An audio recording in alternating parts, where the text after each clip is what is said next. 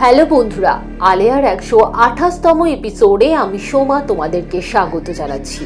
আজ যে ঘটনাটা থাকছে তা ভীষণ ভয়ের না হলেও খুব অদ্ভুত একটা ঘটনা। তবে ঘটনায় যাওয়ার আগে তোমাদেরকে এটুকু বলবো যে এপিসোডে ভীষণ কম ভিউজ আসছে। কাজের ফাঁকে সময় বার করে ভিডিও বানানোর পর এত কম ভিউজ আসলে সত্যি বলতে কি আর নতুন এপিসোড করার কোনো ইচ্ছা থাকে না। হয়তো কিছুদিনের মধ্যে আমাকে চ্যানেল বন্ধ করে দিতেও হতে পারে। যাই হোক, এবার ঘটনায় চলে যাচ্ছি। হ্যালো দিদি, আমি মধুমিতা। আমি আমার মাস্তুতো দাদার কাছ থেকে আজকের ঘটনাটা শুনেছিলাম। ঘটনাটা ঘটেছিল দাদার বন্ধু সুবিতার সাথে। যেভাবে শুনেছিলাম সেইভাবেই লেখার চেষ্টা করছি। 2009 সালের ঘটনা এটা। আমরা একটা বিয়ে বাড়ি অ্যাটেন্ড করে রাতের বেলায় গাড়িতে করে ফিরছিলাম। জায়গার নাম আমি এখানে বলছি না। রাত তখন 12টা কি 1টা হবে। গাড়িতে আমরা 3 জন ছিলাম। ড্রাইভারের পাশে বসে থাকা আমি, আর পিছনের সিটে বসেছিল আমার বোন শ্রেয়া। জায়গাটা আমাদের জন্য নতুন ছিল, কারণ ওখানে বাড়ি করে সবে 1টা বছরের মতো হয়েছিল। যাওয়ার সময় অন্য রুট হয়ে গিয়েছিলাম আর ফিরছিলাম অন্য রুট দিয়ে। হঠাৎ একটা জায়গায় দেখি কিছু লোক দাঁড়িয়ে আছে। এত রাতে এখানে এতজন মানুষকে একসাথে দাঁড়িয়ে থাকতে দেখে একটু অবাক হলাম। একটা লোক হঠাৎ করে হাত উঠিয়ে লিফট চাইল। আমার ড্রাইভার গাড়ি থামাতে চাইছিল না। তার মতে এখানকার জায়গাগুলো নাকি একদম ভালো নয়। তবুও আমি ওনাদের বিপদের কথা ভেবেই গাড়ি থামাতে বললাম। গাড়ি থামতেই একজন বয়স্ক ভদ্রলোক গাড়ির কাছে আসেন এবং আমি ওনাকে পিছনের খালি সিটে বসতে বললাম।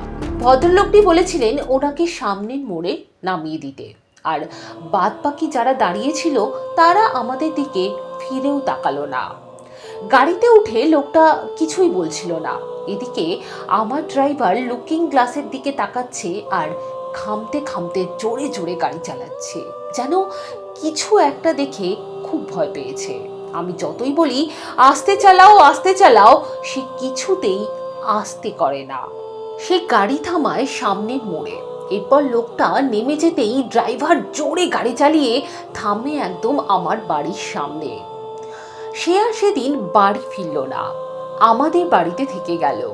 এরপর সে জানায় যে লোকটা নাকি গাড়িতে উঠেছিল তাকে নাকি লুকিং গ্লাসে দেখা যাচ্ছিল না, কিন্তু আমার পাশে বসে থাকা আমার বোনকে লুকিং গ্লাসে দেখা যাচ্ছিল। ওনার মতে লোকটা নাকি কোনো অশরীরী ছিল। আমাদের বাড়িতে থাকা কালীনই ড্রাইভারের খুব জ্বর আসে, যা সারতে বেশ খানিকটা সময় লাগে। আমার বোনও এরপর জানিয়েছিল যে লোকটা নাকি তার পাশে বসার পর বোনের খুব ঠান্ডা লাগছিল। এসব শোনার পর আমি একটু খোঁজ করি আর জানতে পারি ঠিক যে জায়গায় লোকগুলো দাঁড়িয়েছিল সেখানে 4 বছর আগে একটা ভয়ানক অ্যাক্সিডেন্ট হয়েছিল, আর বেশ কিছুজন লোক মারা যায়। আর তাদের আত্মাকে নাকি অনেকেই ওখানে দেখেছে। তারা দাঁড়িয়ে থাকে, লিফট চায়, লিফট দিলে গাড়িতে ওঠে, আবার গন্তব্যে নেমে যায়, কিন্তু কারুর কোনো দিন ক্ষতি করে না।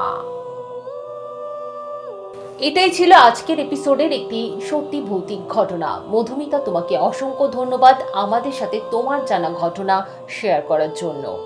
তো তোমরা যারা মধুমিতার মতো আমাকে ঘটনা পাঠাতে চাইছো তারা লিখে কিংবা ভয়েস রেকর্ড করেও পাঠিয়ে দিতে পারো আলেয়ার মেল আইডি কিংবা ফেসবুক পেজের ইনবক্সে। লিঙ্ক ডেসক্রিপশন বক্সে দেওয়া থাকবে। তাছাড়া আজকের এপিসোডের থাম্বনেলেও তোমরা মেল আইডি পেয়ে যাবে। আমাদের চ্যানেল আলেয়াতে সবার পাঠানো ঘটনাই পড়ে শোনানো হয়। শুধু শর্ত একটাই, যে ঘটনাটি হতে হবে কারোর জীবনে ঘটা সত্যি ভৌতিক কিংবা অলৌকিক ঘটনা। আমাদের চ্যানেল আলেয়া কোনো রকম কোনো কুসংস্কারকে সাপোর্ট করে না। আলেয়ার ঘটনাগুলি কতটা সত্যি কিংবা মিথ্যে সেই তর্কে না গিয়ে আমি সবসময় রিকোয়েস্ট করব যে ঘটনাগুলিকে শুধুই মাত্র এন্টারটেইন পারপাসে নেওয়ার জন্য। আজকের এপিসোড এখানেই শেষ করছি। তোমাদের সাথে দেখা হচ্ছে মঙ্গলবার আরও একটি সত্যি ভৌতিক ঘটনার সাথে, ঠিক রাত 10টার সময়। শুভরাত্রি।